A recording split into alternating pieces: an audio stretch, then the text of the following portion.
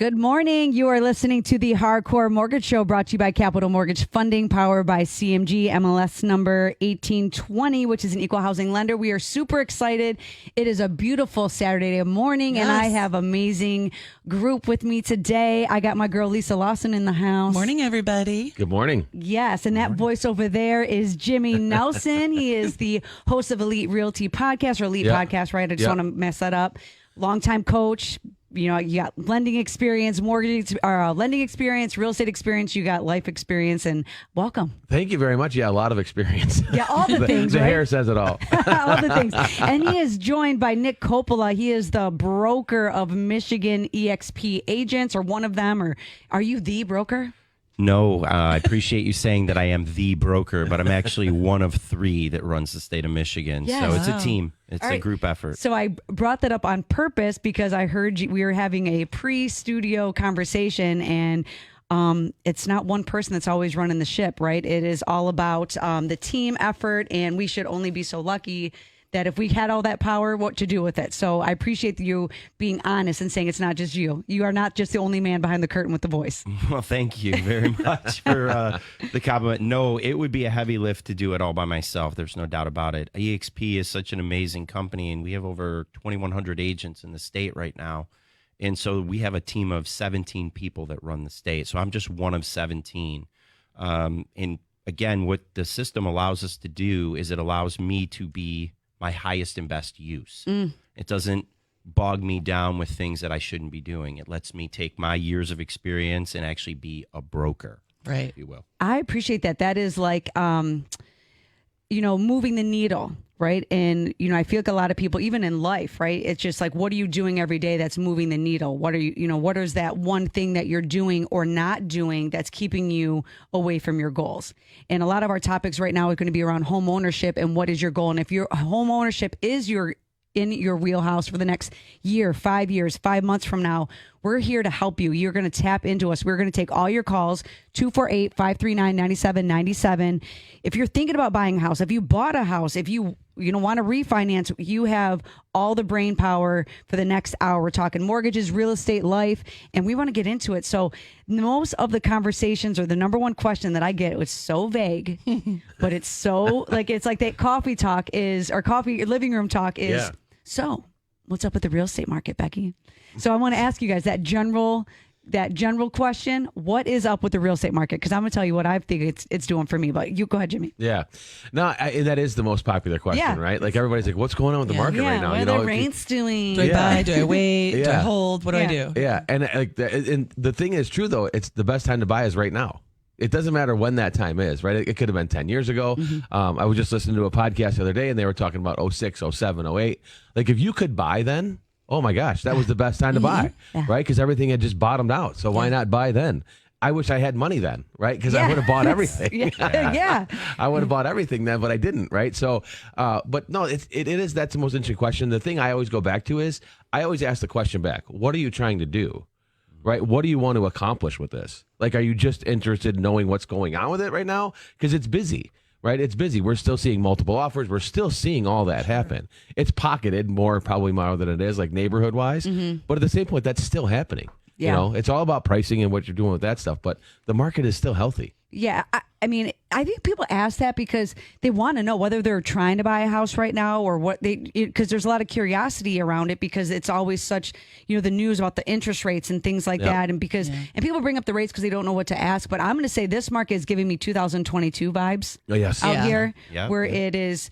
It's a little bit of everything, and it almost doesn't know what it wants to do just yet. You have some houses that are sitting in the market for 30 plus days, and then all of a sudden you write that offer, and now there's multiple offers on that property. And then you have the ones that are, turnkey. You get multiple offers instantly. They're jumping off, flying off the shelves. And so it's a lot of everything at the same time. It's like everything and nothing and everything at the same time, if that makes sense. Yeah. It's exciting.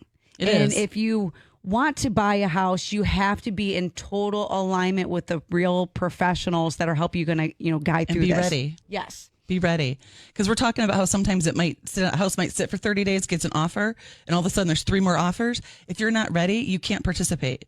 You can't be behind the 8 ball in this market. No. It's so important. Like real pre-approvals, really underwritten, really have your money. You know, I mean, it's just so important because I've had people get frustrated, call me and be like, I lost out on this house and I'm calling you because they said you know, they had been working with another lender. And I'm like, well, let's get your documents. You know, and they haven't even gotten them to the other lender. Well, that means you really were never ready to begin with.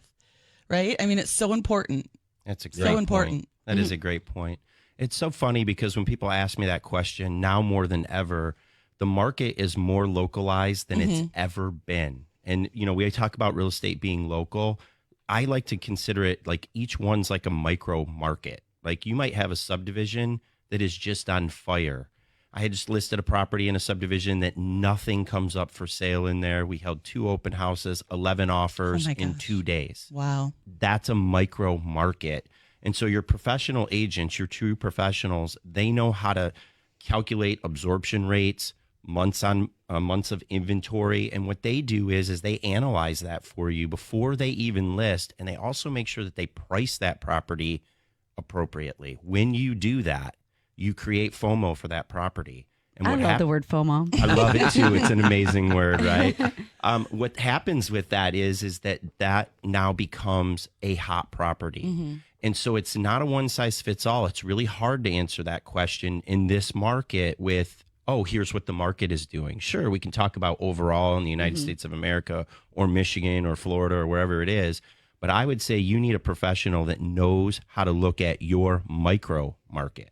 Yeah, that's where the game is won and lost. Yeah. Well, that's where you separate the players from the pretenders. 100%. Yeah, good. I like that. Yeah. It's, I mean, and the truth of the matter is the mortgage applications have surged 11% just this week alone. This was the biggest surge that we've saw since 2022, but it wasn't because the rates dropped.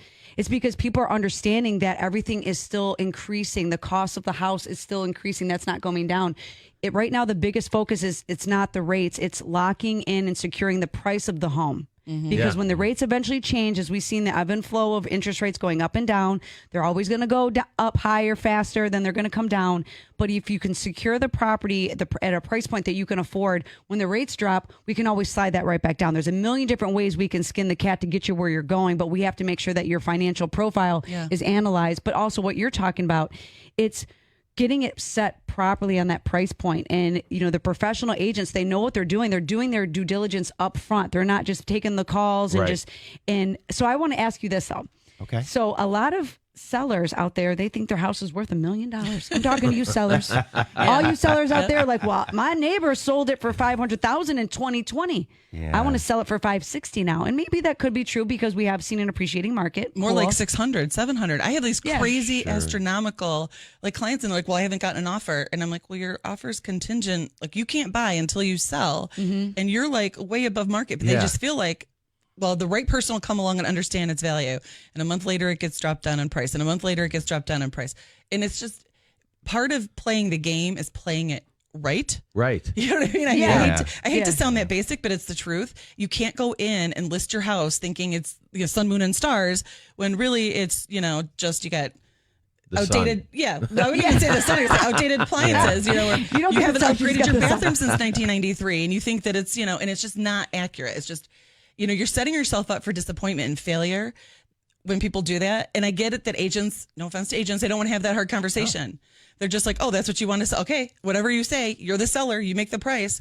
But to me, I don't feel like you're doing them a service, right? You're literally setting them up to be disappointed, you know, fail, reprice it how many times, take it off the market, put it back on the market, and you still have no result. Right. So that's what I want. It's How do just you so crazy to how me. do you navigate that conversation? Because technically, there's just over 2 months of supply on the market, which is a seller's market, but there's also concessions coming out here a lot. So there's a lot of things that are like I'm buyer heavy. So how are you Almost navigating? like it's starting to switch. Yeah. How are you navigating that conversation with the seller that wants to overlist their price? So ultimately what we explain is that there's 2 types of properties that get listed. The one property actually sells and the other property helps the first property sell, right? It supports the first property. And we talk about this on a morning call all the time, and Jimmy can chime in here too. But what happens is that if you price too high and another particular property in that area, that subdivision, that whatever is priced competitively, you just made that listing look even better than it should have. You're supporting that. And so what happens is you have to decide which property you want to be. Do you want to be the one that actually sells, or do you want to be the one that supports the first property? And wait. I don't really want to be a support player. I want to be the player. Yeah, right? you got that main character energy, okay? Absolutely, right? I want to be that main character. And that's a great way to put that. I'm going to steal that and start using that. Yes. We want to be the main character. Yeah. But we talk about that a lot. And the pricing conversation, again, it goes back to that micro market. And you need to actually start looking at pricing a little bit differently. Walmart pricing is over in the real estate business. The $199.9, Nick Coppola, I hear you out here. the $249.9. That's history. 99999. Yeah, how do you Right. search on your mobile device, right? You don't type in 249.9 to 274.9. No. You price in 250 to 275. So you've got to price it to hit as many brackets as you can, because you want as many eyeballs on that property as you humanly possibly can get. And by hitting the right bracket, I'm going to get more views, which increases the FOMO again. Yeah, I appreciate you bringing that up. The Price is Right is over, right? The Price is wrong now. Yeah. You know, because you're right. If I'm just messing around, you know, if, like I'm thinking about buying a lake house, so I'm messing around. I'm not putting in 99999, right? And you're absolutely right. That is an old way of looking at things. Right. Correct. Absolutely. Oh my God, that was our first. All right, That went too fast. I know. first break. We are up on a break. fast. Okay, so when we get back, we're going to talk about down payment assistance. We're going to talk about how we can help you get to where you're going the easiest way. So keep it locked in, 248-539-9797, and we will be right back.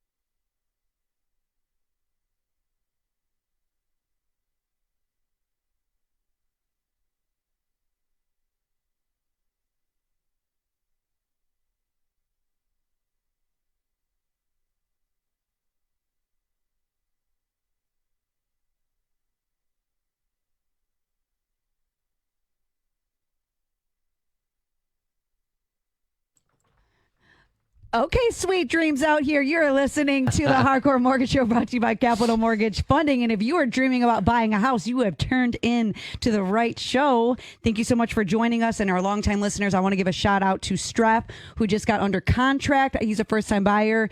We have been doing this, having our conversation with him for about a year.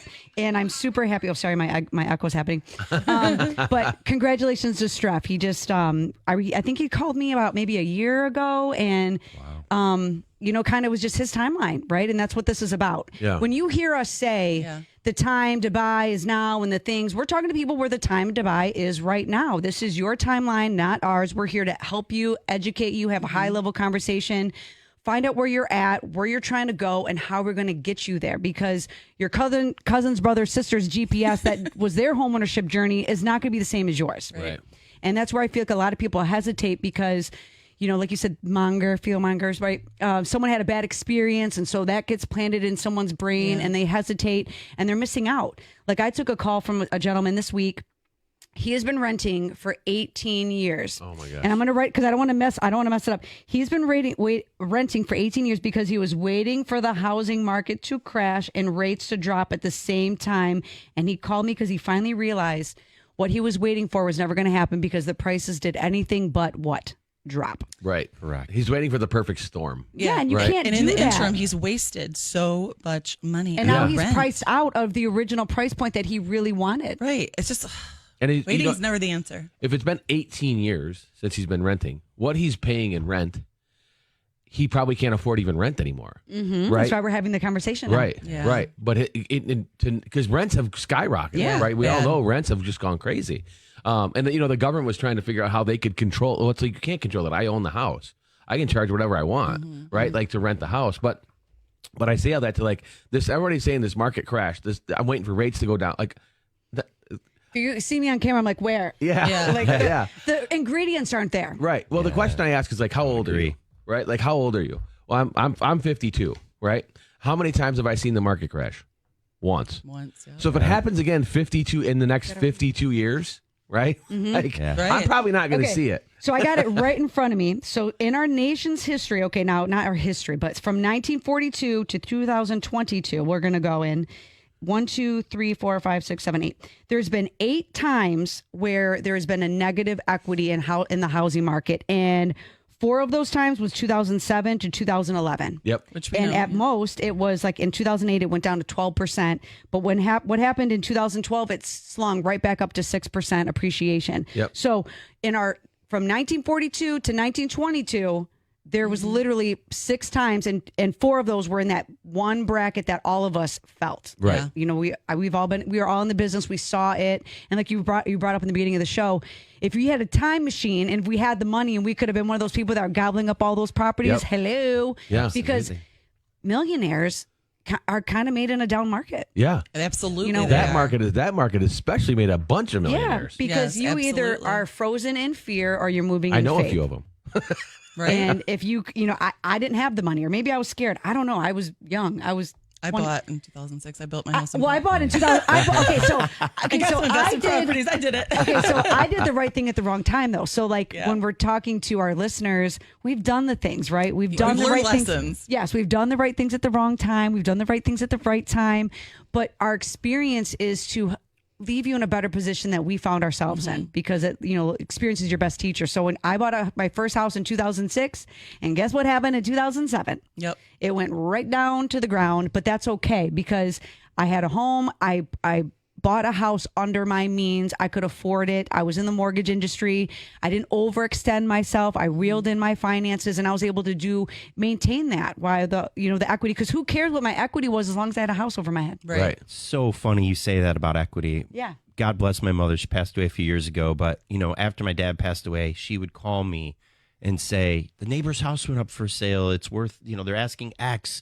Do you think mine is worth that? And I used to take the call and, pacify her. And then I would ask her, I'd be like, Mom, the value of your home is only important in 2 different instances. Yep. Yeah. 1, if you're going to sell it. And if you're going to sell it, I would assume you're going to call me.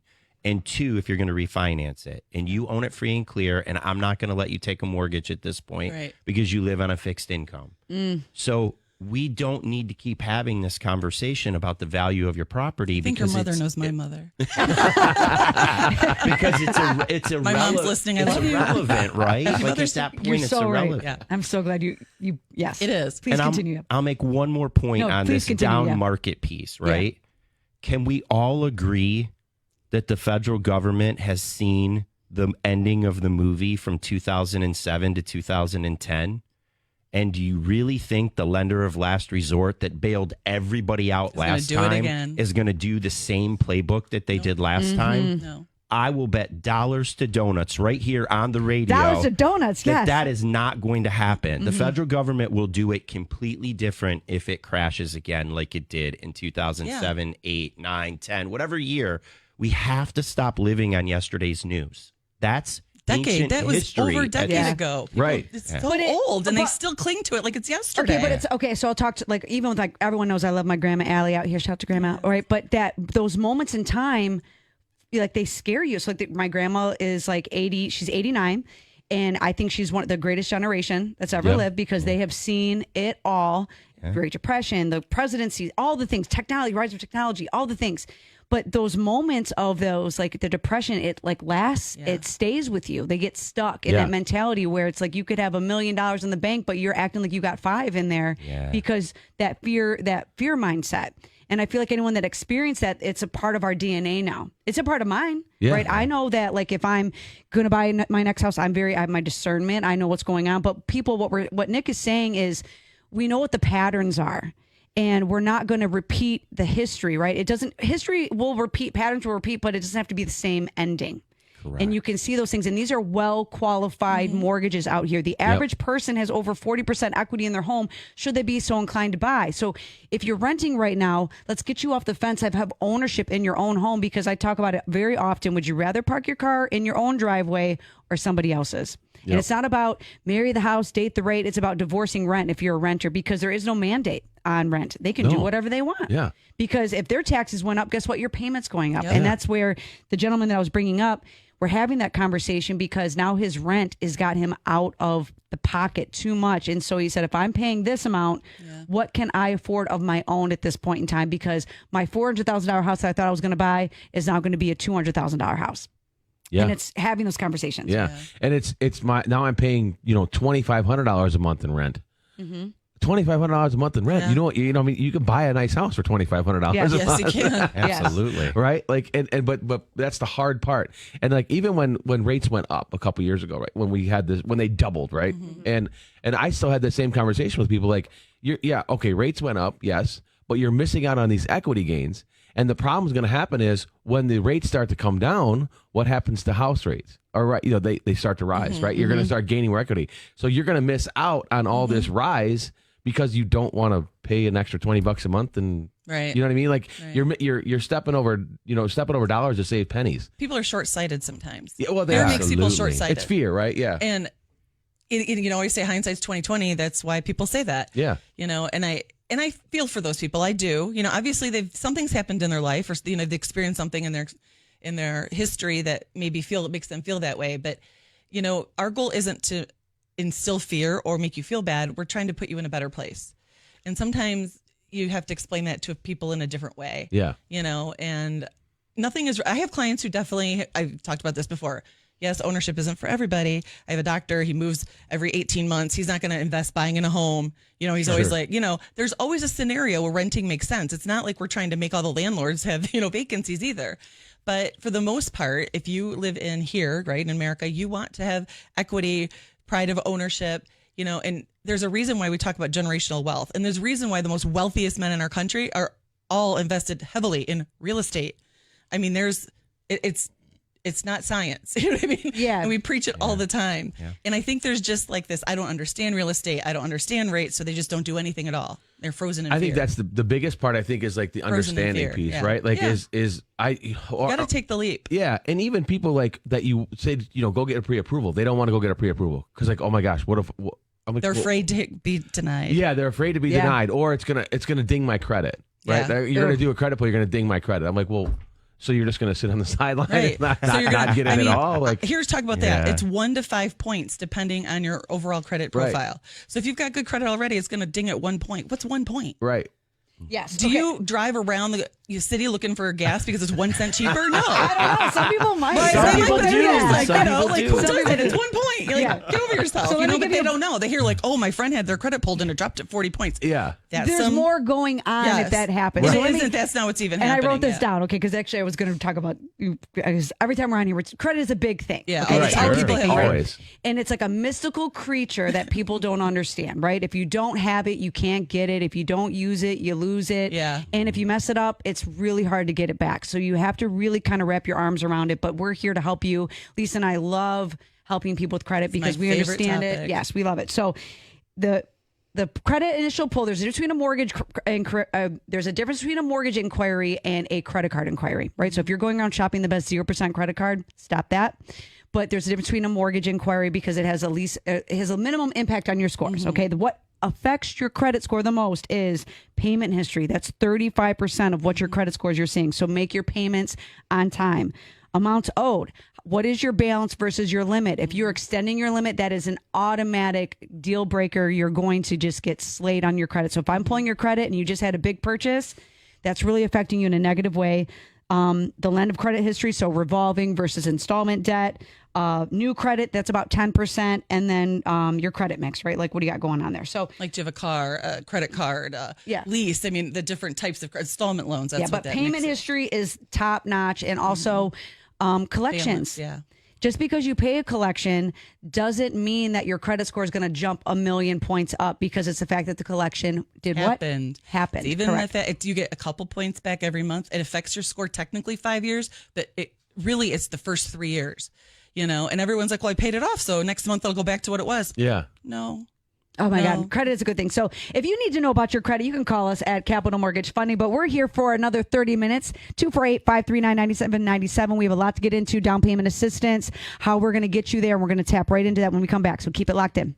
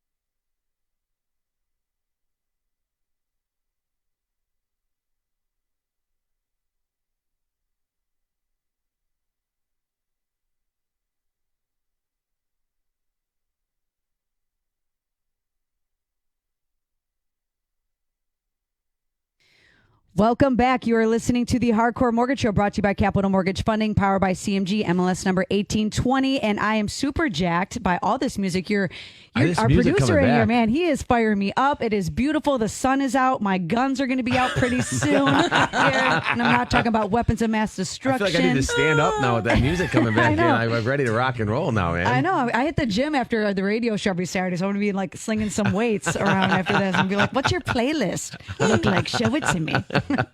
Okay, so before the break, I feel like we were talking about credit and the importance of credit, and I do want you to button up one thing when it comes to the medical collections, because this is something that we see, and we didn't get a chance to really dive into it, but I know, and we were talking about it during the break, so just button that up a little bit as far as how medical collections have a negative impact. So it's really hard because consumers call and say, oh, I did my free score. Credit Karma told me I'm a 700.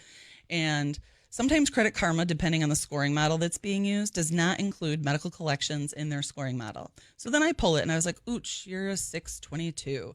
We go through and everything's accurate. And I said, but you have this medical collection. He was like, well, I don't see it on mine. That's because there's literally, when I say hundreds, I'm not exaggerating, hundreds of scoring models between Vanguard and FICO that get used sometimes for credit cards and offers and car loans.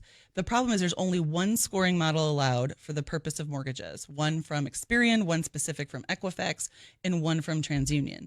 So that's why sometimes when you pull your score, your free score, or you get a free score in the mail, it doesn't match what your mortgage lender is telling you. That is the reason why. I mean, I hate to say it, credit, we need it, but it's also a racket. You know what I mean? There's a lot of misinformation, and consumers aren't fully educated on how credit works. So that medical collection, yes, maybe might not have an impact on your quote unquote, score with a consumer report, but it is absolutely counted on a mortgage report. Yeah, and so a medical collection, it's not going to make you be denied for a mortgage. No, it won't deny. But it will be the difference between whether you're a conventional buyer or an FHA buyer. It might be the difference between you qualifying for a down payment assistance program or not. Or how much you can afford. Because say your medical collection is extravagant. Say you have a $30,000 medical collection you didn't know about. We don't get to pretend it's not there. What we have to do is we have to take a percentage of that balance and include it as a payment against your debt to income ratio. So, if it's a small one, no, necessarily not a big deal. But sometimes people have big ones, and they're like, I really want to get this house. And then we realize I have to include a $600, $700, $800 payment that they're not actually physically making, similar to student loans in some cases. That's how we do it, to calculate their debt to income ratio. And then they're like, well, I don't pay that anyway. Well, we have to. This is going to be your scenario until we get resolved. Right. So long and short of it is have the conversations. Don't be afraid to have your credit pulled, because that is the answers to all the tests that a mortgage lender, whether it's us at Capital Mortgage Funding or whoever it is that you choose that's high level, hopefully, that tells us everything that we need to know in the direction of what programs you're going to qualify for. And if you're with a really good loan officer, then they're going to help tell you what you have to do to fix those things to get you where you're going, because there's multiple programs. It's not just one size fits all. And it's important for you to be in the right vehicle to get you where you're going. Here's the deal. So like in this scenario I was talking about, and you have a big collection, everyone's freaking out. You can go into a payment arrangement, and that payment arrangement can be $50 a month. Guess what? If you have an established payment arrangement, I only need to use that number. It's got to be a written one. You can't just be like, oh, this collection said I can pay them whatever. But if they can give you written confirmation, I only have to use the $50, even though it might really be $500 a month if we had to use it. Like, there's a million ways to get around it, but you don't know until you call and you have the conversation, and you got to let somebody pull your credit. So we can help us help you. And, Jerry McGuire. To interject on that, realtors don't explain it. Get them to your mortgage professional. Yeah, stay in your lane. Yeah. We're going to get Realtors into don't. like a little hot button that I got a little bit later, but I do want to talk about, so listings are up. Yes. Pendings are up, right? Home sales prices are up, but buyers are still coming up empty-handed because it is extremely competitive and there's a lack of inventory out there. So step up buyers, step down buyers, repeat buyers, whatever the buyer is, they are getting frustrated, and affordability still seems to be a little bit of an issue. So how are you guys setting up your buyers right now, or coaching your agents on setting up their buyers for success to kind of navigate this very competitive market that's been around for 5 years now? Oh, boy. That's deep. Yeah, Really, it's about getting them prepared. And if you think about, and this is going to play right into what we've been talking about on the mortgage side of the equation, if you think about your transactions and you think about the center of every transaction, in all my years, I've never successfully closed a deal without money, ever. right? And no other agent has on the planet either. So what you need to do is get them prepared by getting them with a high-level lender like you, that can get that ball rolling. You can't start going shopping until you know what you can afford. And it might be that we now find out that we can write a non-contingent offer. Maybe they can carry both payments for a little while. And again, it goes back to what we talked about earlier about that absorption rate, micro markets. If I know that they have a hot property and it's going to sell really quick, it's not really about getting rid of their property. It's about finding them a replacement. So it goes right back into that lending scenario where we need to figure out, can you buy the replacement before you have to sell your hot property? So as an agent, you have to understand the relationship between the money and the transaction. And it's not about the house. It really isn't about the house.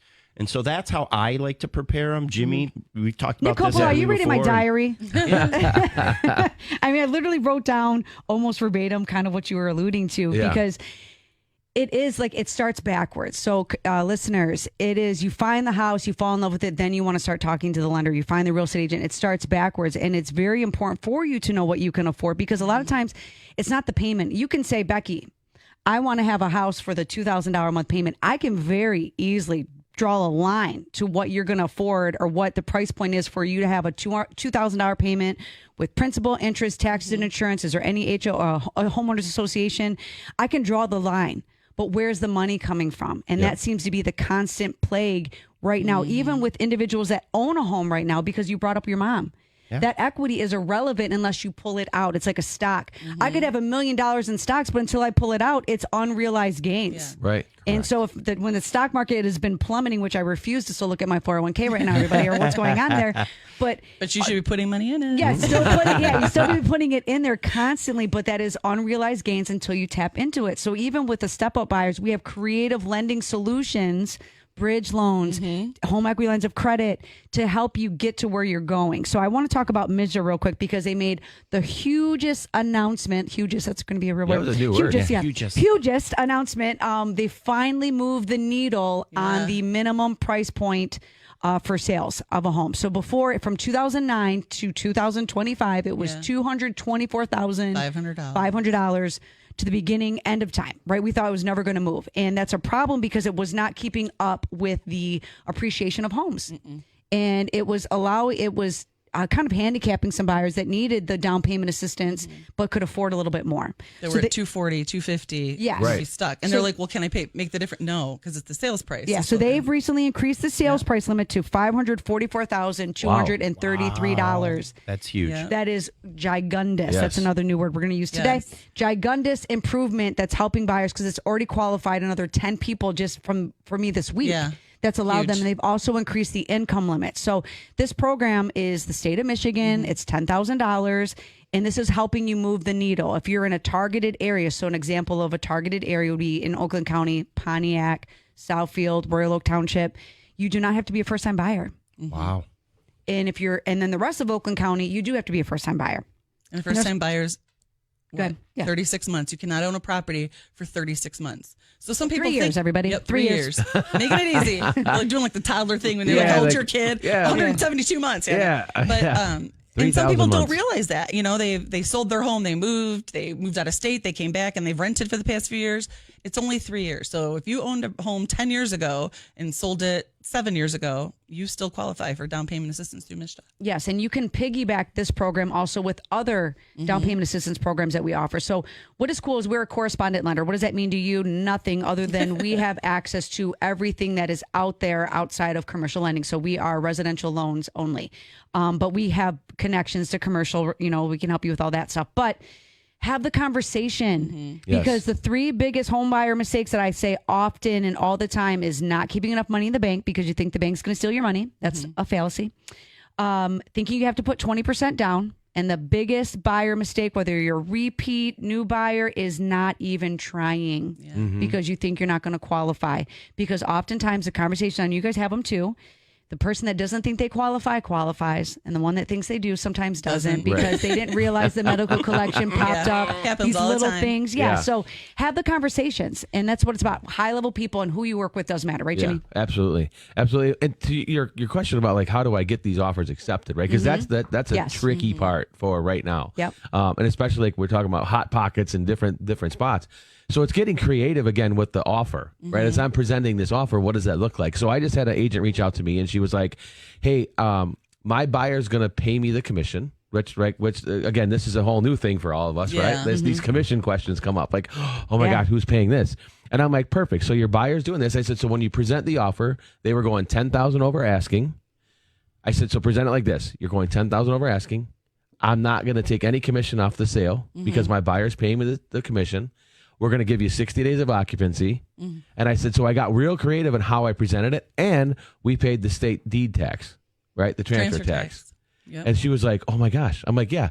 So, but here's the hard part when we do this, when we get really creative with this deals, and you know this too, the agent on the other side has to Doesn't- understand what I'm saying. Oh my God! Yes, So so they don't bad. Yes, understand. we know They this. don't understand. Yes, Right. So when I do this, I do it a couple different ways. I believe in a high level of communication. So I call the agent and I walk through them on the phone what this is going to look like. And then in my email, and I have a template already built out. If anybody wants a template, you can find me on social media. I'll send it to you. You are very kind. You are very generous. I Yes. will say this. But put the template together, and it's just a high level overview of. This and is it's what just, your seller's gonna net. exactly. And you just the agent can literally just read off what they're going to get, and then that's what you You're got. too kind.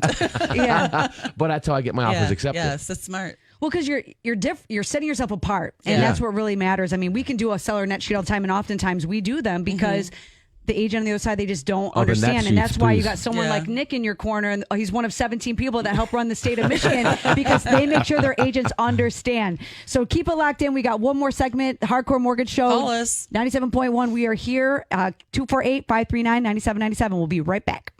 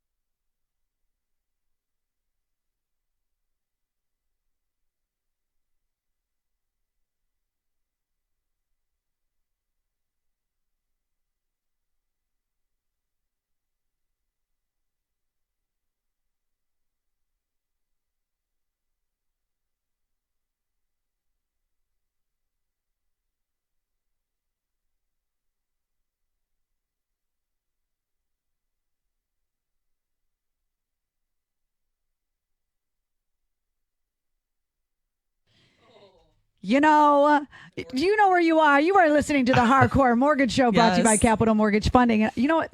I'm going to give someone an idea. I always wanted a GPS, like when you arrive at the place, be like, do you know what you want? I always thought that'd be the coolest thing. So whoever takes my idea, you're welcome. Let's just put it in ChatGPT. It'll figure it out. Yeah, good. So good. So I've thoroughly enjoyed this hour so far. And I actually, before we went to the break, I was thinking, like, I want to share some things. I want everyone to have a moment, right? Because we don't focus on the things that are good, bad, frustrating.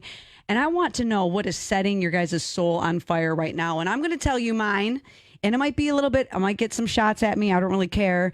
But for me, something that has happened to me this week, 2 different scenarios. I have both of these transactions now, and I have kind of an issue with it, is the real estate agents that are trying to double as mortgage lenders. Okay?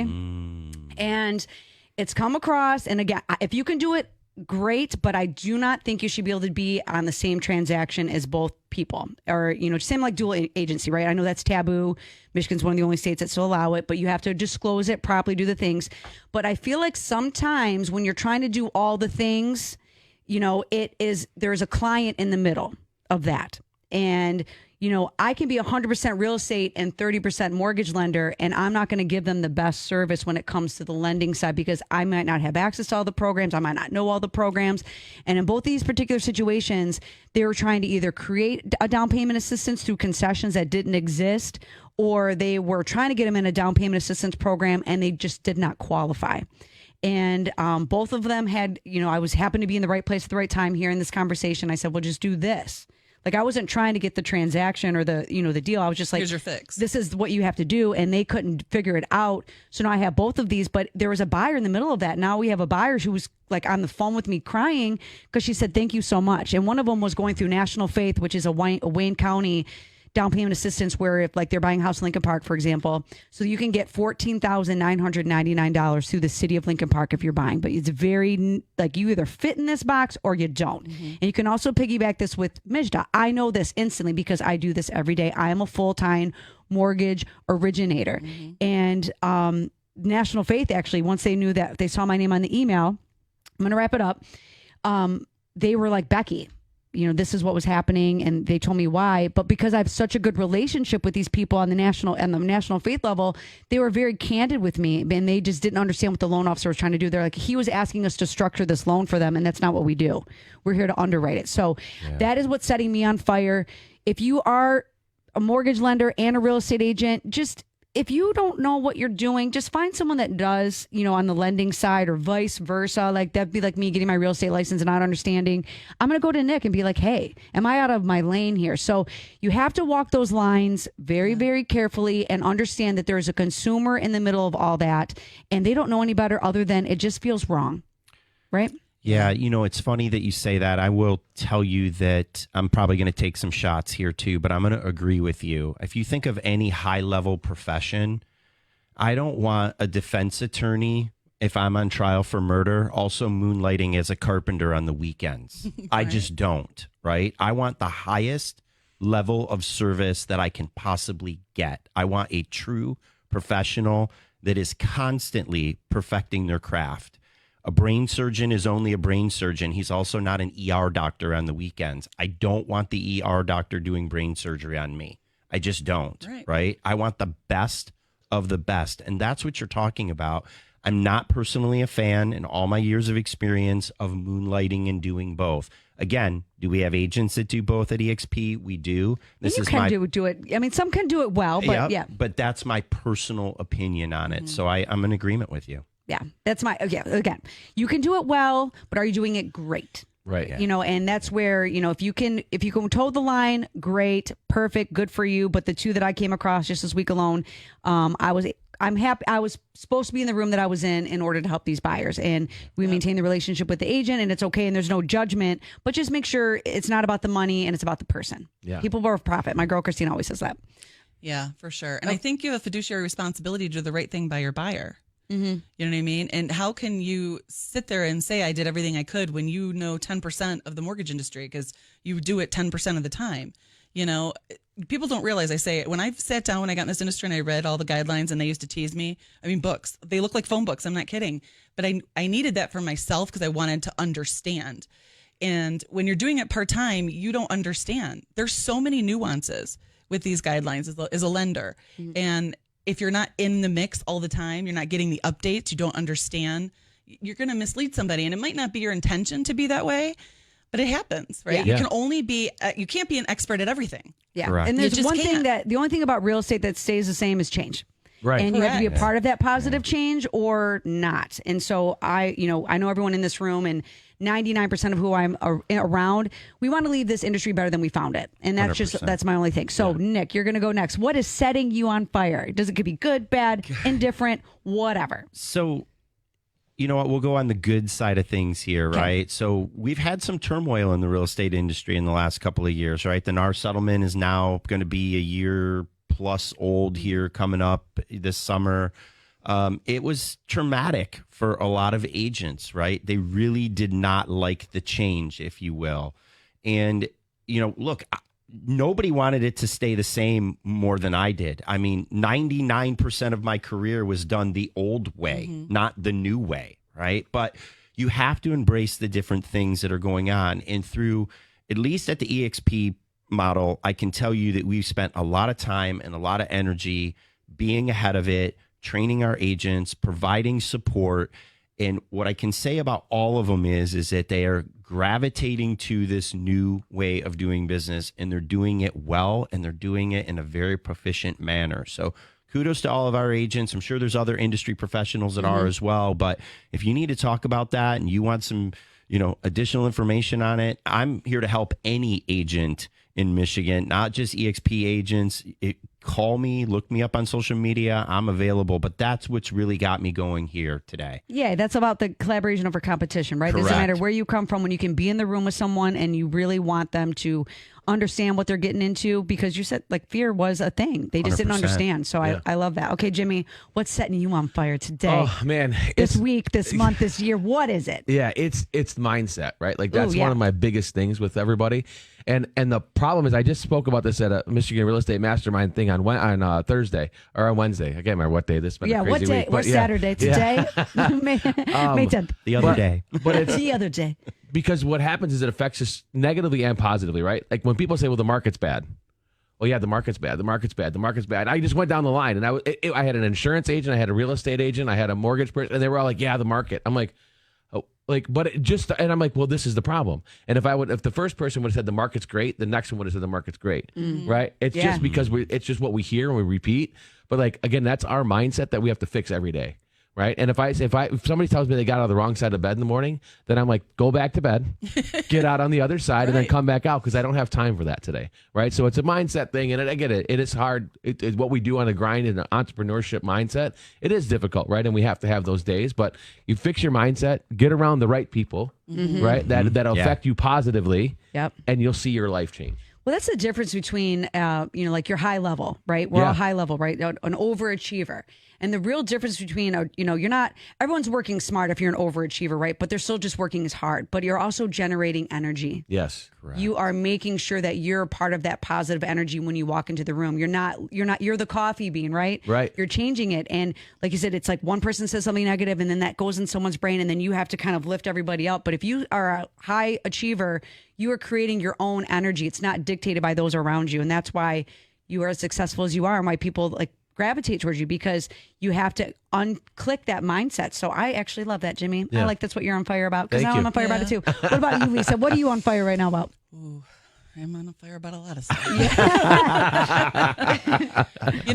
Obviously mindset I think is super important. But I don't want to be a negative Nelly, but there are people, sometimes you just have a crappy day. Sure. And it's okay to be It's in that okay. space. Yeah, we can even stay in the You know what I mean? mindset But you conversation. can't stay there. Yeah. You know what I mean? I had a day this week, and I shot off a text to Becky, and you knew I was venting, and I was just like, you got to be kidding me right now. But you sometimes just got to let it go. Yeah. And I think that comes with experience and maturity, because it's always temporary. So I don't want to take away that you always have to be, bright-eyed, bushy-tailed, and positive, because that's not realistic. No. Everybody has a bad day, but it's being able to pivot and take that negative situation and learn from it. I think that's so important, the learning aspect of it, so it doesn't happen again, or you can control it better in the future. We have a lot of changes happening all the time in this industry. And I mean, we've had quite a few that's just come down the past couple weeks for us, and it doesn't mean that we don't get frustrated too, but it's a learning experience. We can sharing that with everybody so we can all become better. Yeah. I am a glass half full kind of girl, and we are here to help. We're going to help you pivot so that deal doesn't pair. So if you're in a problem and a lending situation, give us a call at Capital Mortgage Funding. We're here all week, and thank you so much for joining us. We will be here next Saturday, same bat time, same bat channel. Keep it locked in.